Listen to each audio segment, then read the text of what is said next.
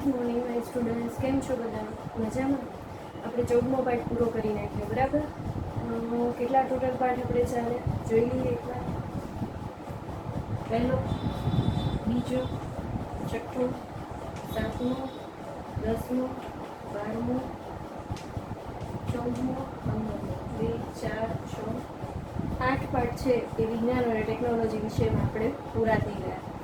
એટલે ટોટલ 16 પાઠમાંથી 8 પાઠ આજે આપણે પૂરા થઈ ગયા છે. એટલે આપણે અડધો અભ્યાસક્રમ છે જે એ પૂરો થઈ ગયો છે, બરાબર? આજે આપણે વિજ્ઞાન અને ટેકનોલોજીના વિષયમાં 9 ચેપ્ટર જે શરૂ કરવાના છે એ ચેપ્ટર ધોરણ 9ના ત્રીજા અને ચોથા ચેપ્ટર ઉપર આધારિત છે. જ્યારે 9માં આ ચેપ્ટર ચલાવ્યા હતા ત્યારે મેં તમને ખાસ કીધું હતું કે આ ચેપ્ટર ઉપરથી જ સ્પેશિયલ આ ચેપ્ટર ઉપરથી આપણે 10માં ચેપ્ટર આવે છે તો ધ્યાનમાં લેવું છે. સાવ સહેલું, આપણે જે નાનપણથી ભણતા આવ્યા છીએ એ જ છે. ધાતુ અધાતુ પણ થોડુંક એમાં વધારાનું થોડુંક છે, બરાબર? જે વૈજ્ઞાનિક એટલે આપણી લેવલ જેમ ઊંચું થાય, નાના હતા ત્યારે ધાતુ ને અધાતુ એટલે શું ગણકાર ઉત્પન્ન થાય ન થાય એને ધાતુ ને અધાતુ એ પ્રમાણે ગણતા હતા. પછી થોડા મોટા થયા તો એમાં ઉદાહરણ આવ્યા, થોડા મોટા થયા અપવાદ આવ્યા. હવે એની અંદર જે પણ ઉદાહરણ છે, ગુણધર્મ છે, ભૌતિક ગુણધર્મ છે, સાથે સાથે આપણે રાસાયણિક ગુણધર્મો પણ જોવાના છે અને એની સાથે આપણે એ ગુણધર્મો કેવી રીતે સાબિત થયા એ પણ આપણે જોવાનું છે. એટલે થોડું વધારાનું આ ચેપ્ટરની અંદર છે, બરાબર? તો ત્રીજું ચેપ્ટર ધાતુ અને અધાતુ. તો પહેલાં આપણે જોઈએ કે ધાતુ અને અધાતુ એટલે શું. તો આપણે તત્વો જે છે ટોટલ દુનિયાની અંદર જેટલા પણ વિશ્વમાં તત્વો છે એ તત્વોની સંખ્યા છે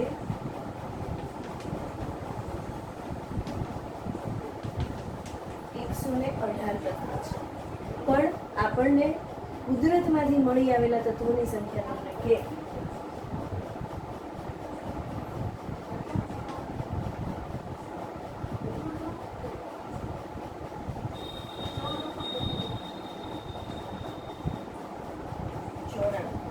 આ તમને 1 માર્કના સવાલમાં પૂછી શકે છે, વારે વારે પૂછાય છે, એટલે ખાસ ધ્યાન રાખવાનું કે શોધાયેલા તત્વો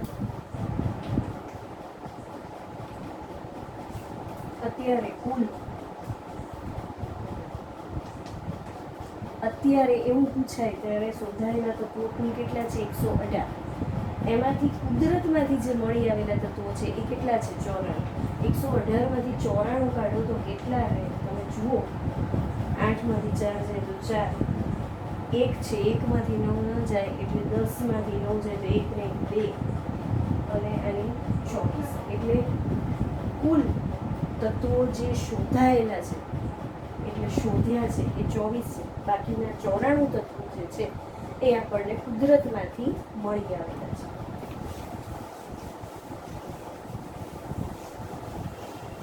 એટલે આવો MCQ આપણને પૂછે, ખાલી જગ્યા પૂછે કે ખરા ખોટામાં પૂછે કે કુદરતમાંથી મળી આવેલા તત્વોની સંખ્યા. ફરી એકવાર કહું છું, વારે વારે છેલ્લા 5 થી 6 વર્ષથી બોર્ડમાં પ્રશ્ન પૂછાય છે.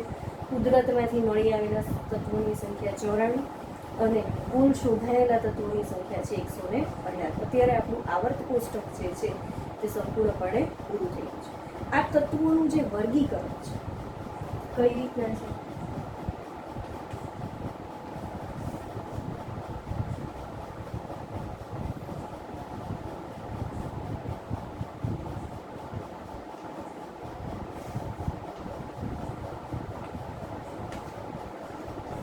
3 પ્રકારે આ તત્વોનું વર્ગીકરણ કરવામાં આવે છે. કયું કયું? તો કે ધાતુઓ, અર્ધધાતુઓ અને અધાતુઓ.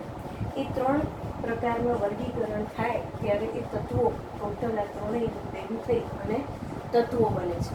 તો એ ત્રણેયનું વર્ગીકરણ કર્યું કઈ રીતે? ત્રણેયનું વર્ગીકરણ 2 રીતે થયું. પહેલું જે છે એ વાહકતાના આધારે. આ ભૌતિક વસ્તુ છે. ભૌતિક એટલે કે આપણે જે જોઈ શકીએ છીએ તેવા ફેરફારો. તેને શું કહેશું આપણે? ભૌતિક. ભૌતિક ફેરફારમાં જોઈએ તો કે વાહકતા. વાહકતા એટલે શું? તો કે એમાંથી સારી રીતે ઉષ્મા અને વિદ્યુતનું વહન થઈ શકે. વાહકતા એટલે વહન થવું, બરાબર? કોનું વહન થાય છે? ઉષ્મા અને વિદ્યુતમાં સારી રીતે વહન થઈ શકે તો એવા જે છે એ ઉપરથી એ જે ગુણધર્મ છે એની ઉપરથી ધાતુ, અધાતુ અને અર્ધધાતુ એમ 3 પ્રકારે બને. તો જોઈ લઈએ કેવી રીતે થાય.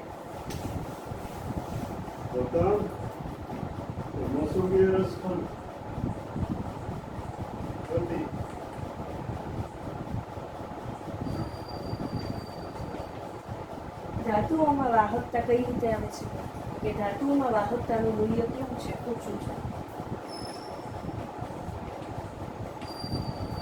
વાહકતાનું મૂલ્ય ઓછું એટલે ઉષ્મા અને વિદ્યુતને સારી રીતે શું કરી શકે છે? વહન કરી શકે છે. એટલે ઉષ્મા અને વિદ્યુત એમાંથી સારી રીતે પસાર થઈ શકે છે. બરાબર. પછી અર્ધધાતુ. પછી અધાતુ જોઈએ. અધાતુની અંદર વાહકતાનું મૂલ્ય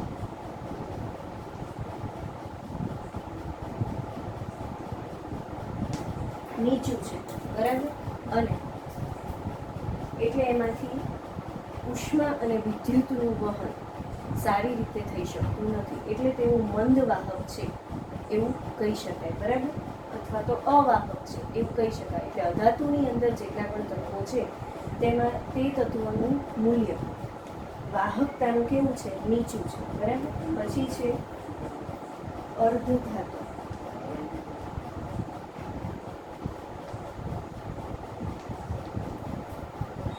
ધાતુઓ કરતા વાહકતાનું મૂલ્ય ઓછું.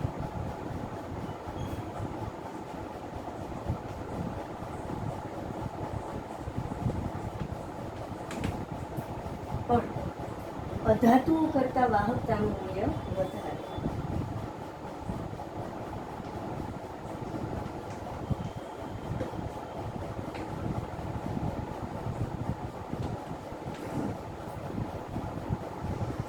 ધાતુઓમાં વાહકતાનું મૂલ્ય સૌથી વધારે ઓછું છે એટલે તેઓ ઉષ્મા અને વિદ્યુતના સુવાહક છે. અધાતુમાં વાહકતાનું મૂલ્ય સાવ નીચું છે એટલે તેઓ ઉષ્મા અને વિદ્યુતના અવાહકો છે અથવા તો મંદ વાહકો આપણે કહી શકીએ છીએ. અર્ધધાતુમાં વાહકતાનું મૂલ્ય ધાતુઓ કરતાં ઓછું પણ અધાતુઓ કરતાં કેવું છે? વધારે છે. એટલે આપણે એને શું કહી શકશું? તો કે ઉષ્મા અને વિદ્યુતના કેવા થશે? મંદવાહક થશે કે અવાહક થશે? મંદવાહક કહી શકશું. અવાહક એટલે બિલકુલ પસાર ન થઈ શકે પણ એમાં થોડી ઘણી અંશે પસાર થઈ શકે છે. એનું મૂલ્ય ધાતુઓ કરતાં ઓછું અને અધાતુઓ કરતાં કેવું છે? થોડુંક વધારે એની કેપેસિટી છે, ક્ષમતા, જે ઉષ્મા અને વિદ્યુતને પસાર કરી શકવાની. બરાબર.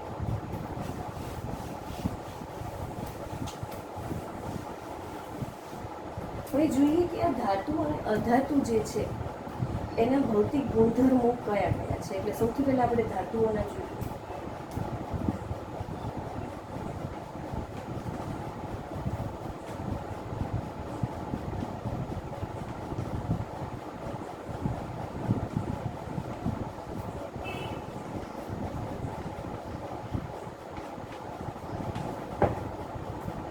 પહેલો છે એ છે રણકાર ઉત્પન્ન કરી શકે છે.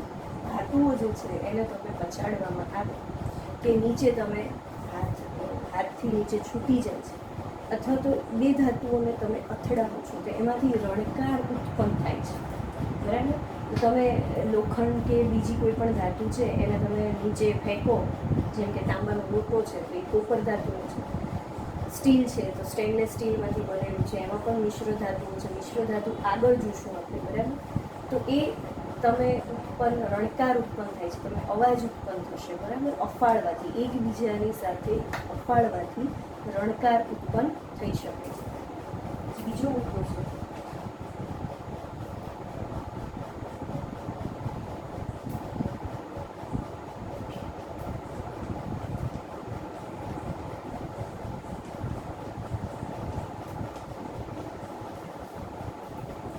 ટીપાઉપણાનો ગુણધર્મ છે.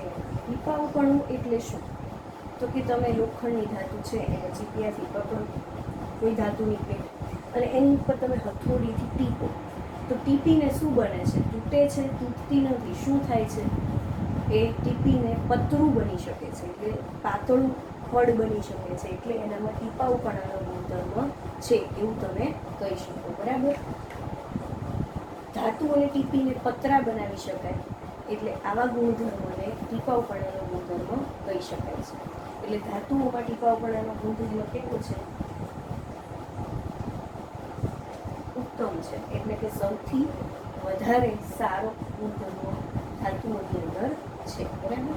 એની પછી તણાવ પણ.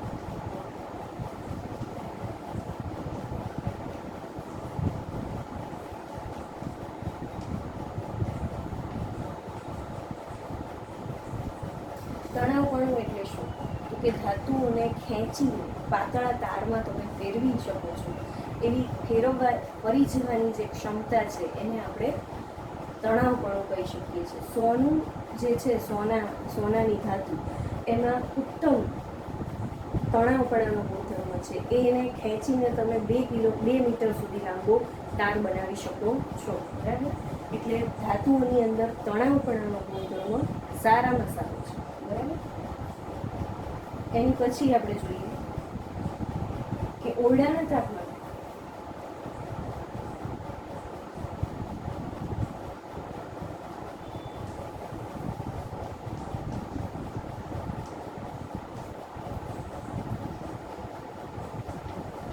મોટે ભાગે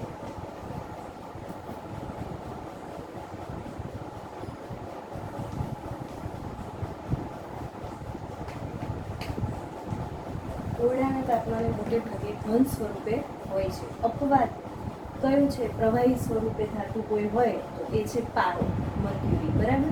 એટલે અપવાદ એમાં તમે લખી શકો છો. એટલે આ બધા જ ગુણધર્મોની અંદર અપવાદ તો આપણે લખવાના, જ્યાં જ્યાં આવતા હોય ત્યાં. ઓરડાના તાપમાને મોટે ભાગે ઘન સ્વરૂપે હોય છે અપવાદ, પારો.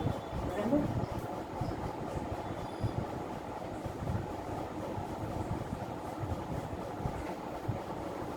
આ 4 જોઈ લે. પછી એની પછી છે હજી બીજા ઘણા બધા ગુણધર્મો.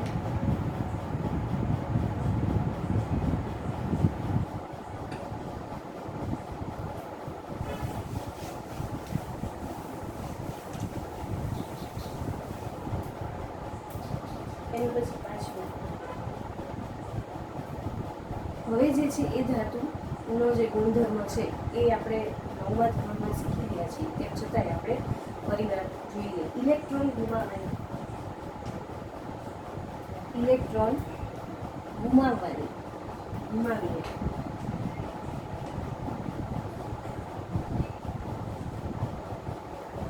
ધન આયન બનાવવાની વૃત્તિ ધરાવે છે.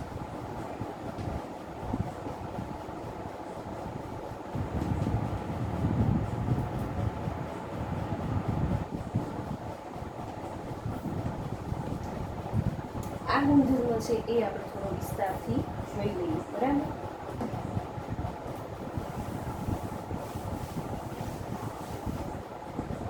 કોઈ પણ ધાતુ જે છે એને 4 કક્ષકો છે. બરાબર. કક્ષકો વિશે આપણે જોઈ લઈએ. પહેલી કક્ષક, એની અંદર આ એનું કેન્દ્ર છે કક્ષકનું. તો સૌથી પહેલા આપણે પહેલી હાઇડ્રોજનવાળી પહેલું 1 નંબરની જે ધાતુ છે તેને જોઈએ. હાઇડ્રોજન આપણે અંદર લખ્યો છે. અંદર પ્રોટોન અને ન્યુટ્રોનની સંખ્યા સરખી છે, અને બહાર જે ઇલેક્ટ્રોન છે એ ત્રણેયની સંખ્યા કેવી હશે? સરખી હોય છે. આ પહેલી કક્ષક. બીજી કક્ષક, આ ત્રીજી કક્ષક, આ છે ચોથી કક્ષક. એમ 4 કક્ષકો આપણે છે. બરાબર. અને આ કક્ષકને શું કહેવાય એ આપણે 9મા ધોરણમાં ભણી ગયા છીએ. પહેલી કક્ષકમાં 2 ઇલેક્ટ્રોન સમાશે. બીજી કક્ષકની અંદર 8 ઇલેક્ટ્રોન સમાશે. ત્રીજી કક્ષકની અંદર 18 ઇલેક્ટ્રોન સમાશે. અને ચોથી કક્ષકની અંદર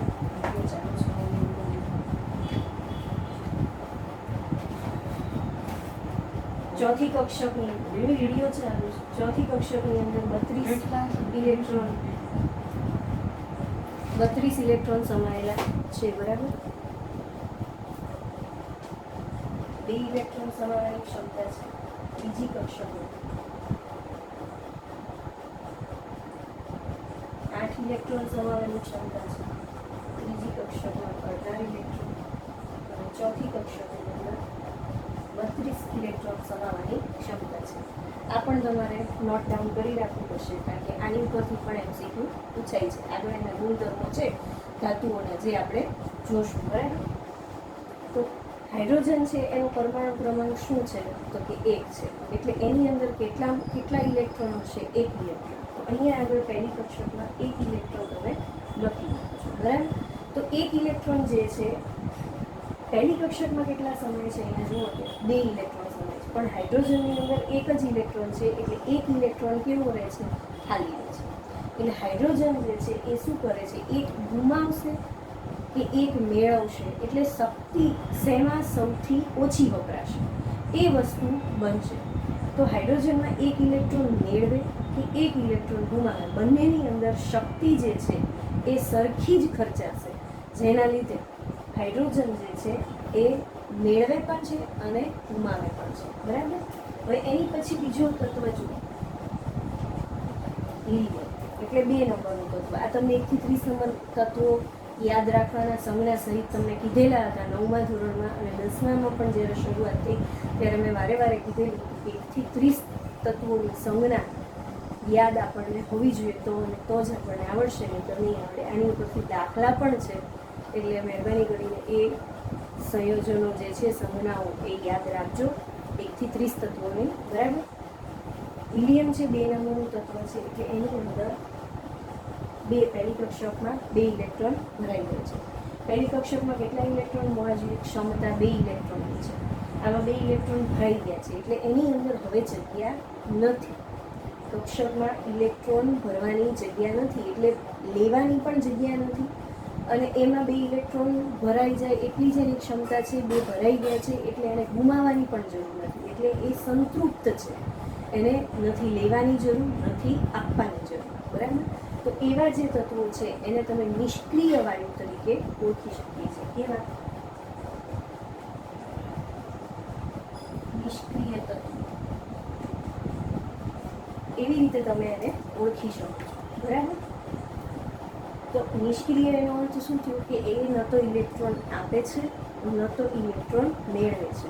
એ લોકોની કક્ષકો છે એ સંપૂર્ણપણે ભરાઈ ગઈ છે, એને લેવાની અને આપવાની કોઈ જરૂર રહેતી નથી. એટલે હવે 3જા નંબરનું તત્વ આપણે જોઈએ, કયું છે? લિથિયમ.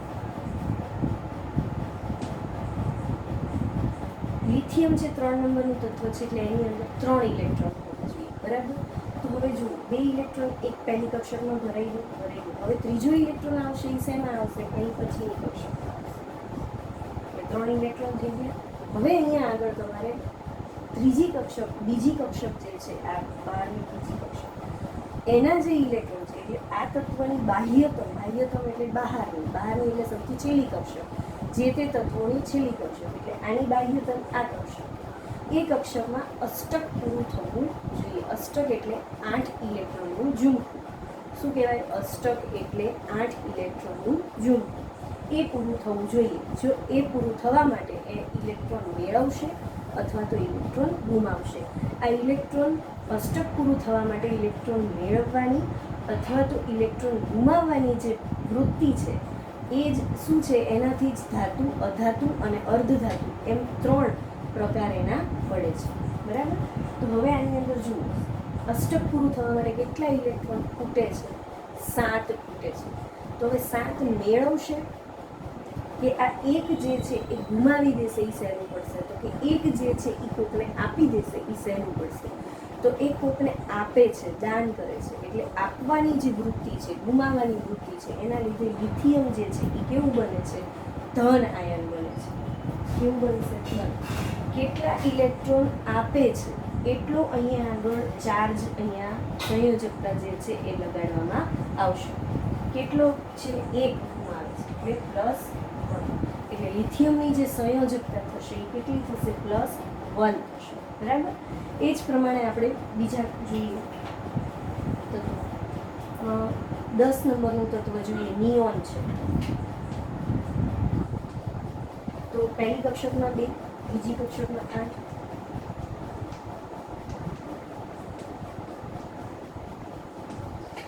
તો બીજી કક્ષકમાં કેટલા ઇલેક્ટ્રોન ભરાવાની છે? 8. પહેલામાં 2 ભરાઈ ગયા. ન તો આને અષ્ટક એનું પૂરું થઈ ગયું, બાહ્યતમ કક્ષામાં થઈ ગયું, આના 2 કપ ભરાઈ ગયા, એટલે સંપૂર્ણપણે કક્ષકો ફૂલ થઈ ગઈ. એટલે હવે નિયોન છે એ ન તો કોઈને ઇલેક્ટ્રોન આપશે ન તો લેશે. તો નિયોન શું થશે? એક્ઝેક્ટલી નિષ્ક્રિય તત્વમાં આવશે. હવે એની પછી જોઈએ સોડિયમ. આ છે 11 નંબરનું તત્વ. બીજી કક્ષકમાં કેટલા સમાય છે? 8 ઇલેક્ટ્રોન સમાય છે. 8 ને 2 10 થઈ ગયા, 11 ઇલેક્ટ્રોન, એટલે 1 ઇલેક્ટ્રોન હજી વધે છે. ક્યાં આવશે? ત્રીજી કક્ષકમાં. બરાબર. હવે જો બાહ્યતમ કક્ષાનું અષ્ટક જોવાનું છે. બાહ્યતમ કક્ષા એટલે કઈ થઈ? આની અંદર ઇલેક્ટ્રોનનું ઝુમખું એટલે અષ્ટકનું ઝુમખું પૂરું કરવા માટે કેટલા ઇલેક્ટ્રોનની જરૂર છે? 7. બરાબર ને? તો હવે 7 જે છે એ મેળવવા સારા કે આ 1 છે ગુમાવવા સારું? તો કે ગુમાવવું. એક ગુમાવવાથી ઓછી ઉર્જાનો ખર્ચ થાય છે, એટલે આપણે ગુમાવીએ છીએ. એટલા માટે સોડિયમ કેવું થશે? +1 થશે. ધન ઇલેક્ટ્રોન ગુમાવવાથી એ ધન આયન બને છે. કેટલા ગુમાવે છે ઇલેક્ટ્રોન એટલા એમાં થશે. હવે આની પછીનું જુઓ મેગ્નેશિયમ. તો એમાં 2 ઇલેક્ટ્રોન થશે, 12 છે એટલે. તો મેગ્નેશિયમની જે સંખ્યા છે એ કેવી થશે? મેગ્નેશિયમ +2. કેમ? તો કે 2 ઇલેક્ટ્રોન ગુમાવવાની વૃત્તિ ધરાવે છે. બરાબર. હવે આપણે એવા તત્વો જોઈએ જેમાં 4 ઇલેક્ટ્રોન છે. બરાબર. તો કે 14 નંબરનું તત્વ. તો 4 ઇલેક્ટ્રોન છે એટલે એ 4 ગુમાવશે અને 4 મેળવશે. તો બંનેમાં શક્તિનો ખર્ચ કેવો થશે? સરખો જ થશે. બરાબર. બંનેમાં શક્તિનો ખર્ચ સરખો જ થાય છે, એટલે એ ન તો મેળવે છે ન તો ગુમાવે છે. શું કરે છે? ભાગીદારી કરે છે. તો એવા જે તત્વો છે કે જેમાં અષ્ટક પૂરું કરવામાં આવા 4 ઇલેક્ટ્રોનની જરૂર છે, એવાને આપણે એ લોકો ન તો ઇલેક્ટ્રોન ગુમાવશે ન તો ઇલેક્ટ્રોન મેળવશે. એ લોકો શું કરે છે? ભાગીદારી કરે છે. એટલા માટે તેઓ અર્ધધાતુ તત્વ તરીકે ઓળખાય છે. જે લોકો ઇલેક્ટ્રોન ગુમાવે છે અને ધન આયન પ્રાપ્ત કરે છે, એવા ઇલેક્ટ્રોન, એવા જે તત્વો છે એ ધાતુ તત્વ કહેવાય છે. હવે જે લોકોને ઇલેક્ટ્રોનની જરૂર છે, ધારો કે અહીંયા 5 ઇલેક્ટ્રોન થઈ ગયા, તો હવે અષ્ટક પૂરું કરવામાં કેટલી જરૂર છે? 3 ઇલેક્ટ્રોનની. એટલે 8માં 3ની જરૂર છે.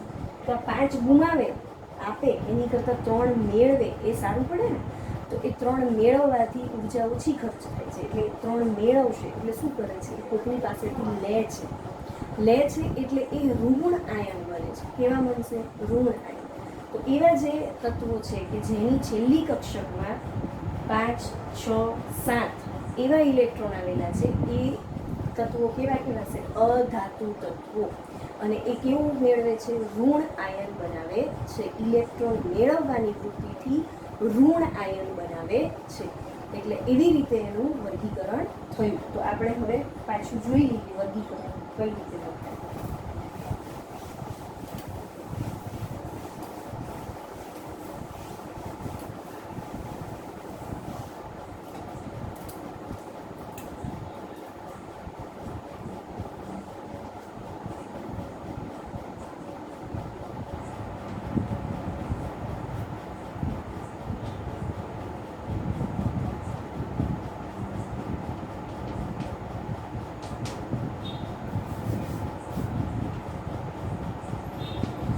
જે તત્વોની બાહ્યતમ કક્ષકોમાં ઇલેક્ટ્રોનની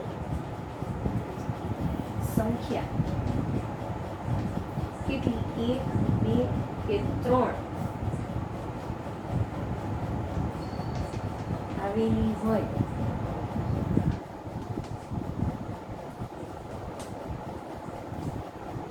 તે તત્વો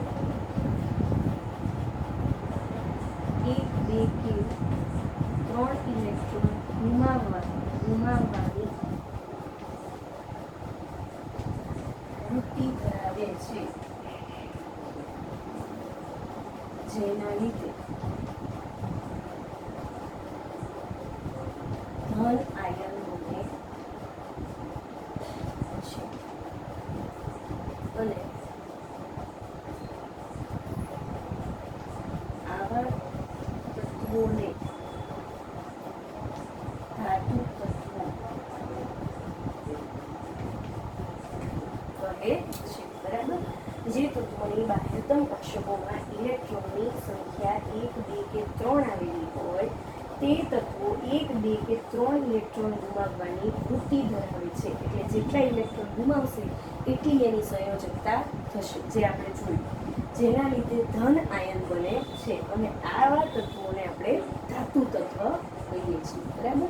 સેમ આવું અધાતુ માટે પણ છે. ધારો કે ઇલેક્ટ્રોનની સંખ્યા અહીંયા લખી નાખું કે 4 આવેલી છે હોય, બરાબર. તો એક તત્વો જે છે સંખ્યા 4 આવેલી હોય છે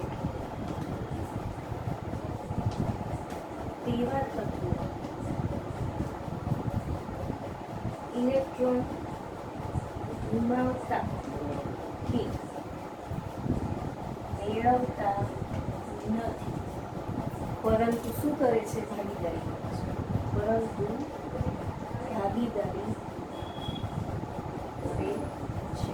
કોની કરશે ભાગીદારી? ઇલેક્ટ્રોનની ભાગીદારી કરે છે. બરાબર. તો તેવા તત્વોને શું કહેશું આપણે?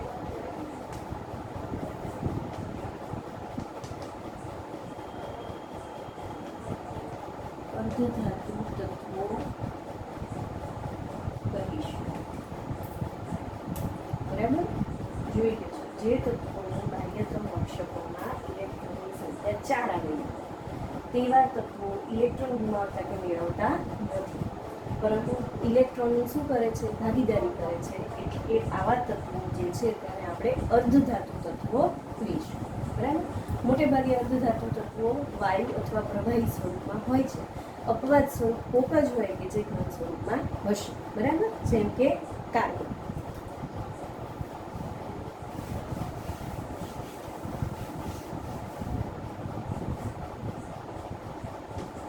બાહ્યતમ કક્ષકમાં ઇલેક્ટ્રોનની સંખ્યા 5, 6, 7 હોય. જો કે 7 હોય તેવા તત્વો ઇલેક્ટ્રોન ગુમાવવાની વૃત્તિ ધરાવે છે. જે તત્વોની બાહ્યતમ કક્ષકોમાં ઇલેક્ટ્રોનની સંખ્યા 5, 6 કે 7 હોય તેવા તત્વો ઇલેક્ટ્રોન ગુમાવવાની વૃત્તિ ધરાવે છે.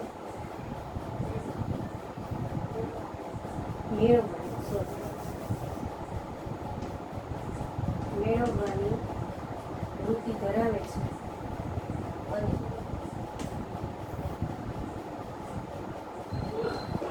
ઋણ આયન અને ઋણ આયન પ્રાપ્ત કરે છે.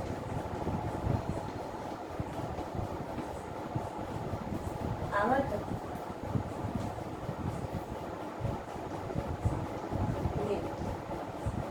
અધાતુ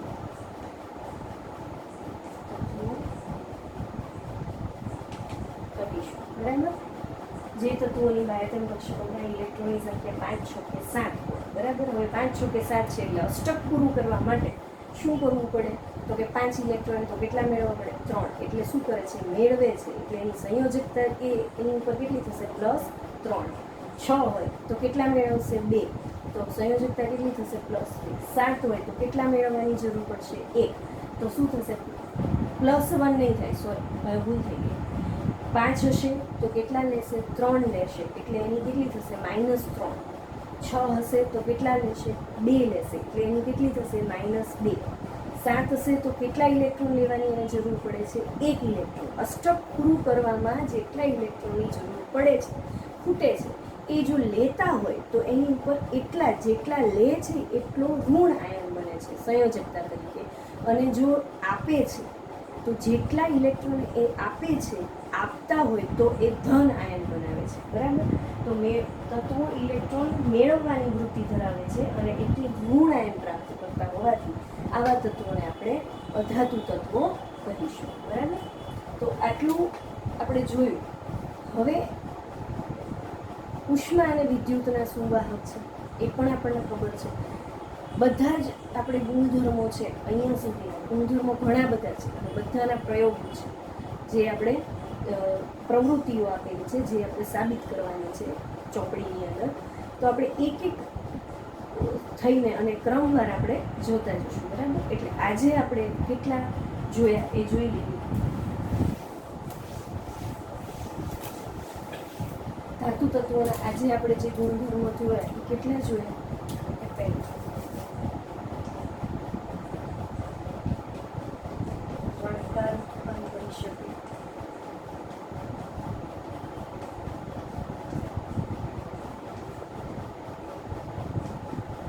ટીપાઉપણ, બીજું તણાવપણ, ચોથું સૂઝો, ઇલેક્ટ્રોન ગુમાવવાની વૃત્તિ જેના લીધે ધન આયન બને.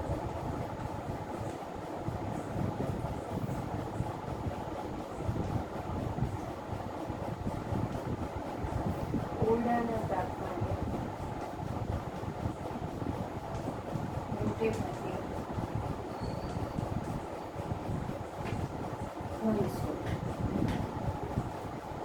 આ 5 આપણે મોટી ગુણધર્મો જે છે એના જોયા અને વિસ્તારપૂર્વક જોયું કે કેવી રીતે આ 5 ગુણધર્મો એના બને. આની પછી હજી ગુણધર્મો છે આપણે જે જોવાના છે, ટીપાઉપણું અને તણાવપણું શું એની વ્યાખ્યા પણ આપણે જોઈ, બરાબર. પછી આપણે કેવી રીતે ઇલેક્ટ્રોન ગુમાવે છે, કેવી રીતે મેળવે છે એ પણ આપણે જોયું. અને એની સાથે સાથે વિદ્યુત અને ઉષ્માના શું વાહક છે એનો પ્રયોગ દ્વારા આપણે જોવાનું છે. તો આપણે આજે આટલું જ રાખીશું, બરાબર. તો તમારે બધાએ 9મા ધોરણનું થોડું રિવિઝન કરવું પડશે, જેથી તમને સંજ્ઞાઓ અને ઇલેક્ટ્રોન રચનાઓ જો યાદ હશે તો તમને બધું જ આવડશે, બરાબર. તો આપણે હોમવર્કની અંદર ઇલેક્ટ્રોન રચનાઓ પણ દોરવાની છે.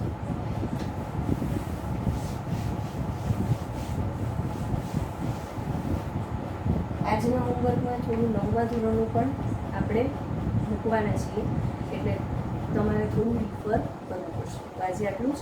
આની પછીના જે ગુણધર્મો છે એ આપણે નેક્સ્ટ લેક્ચરમાં જોઈશું. Okay, then stay home, stay safe. Thank you.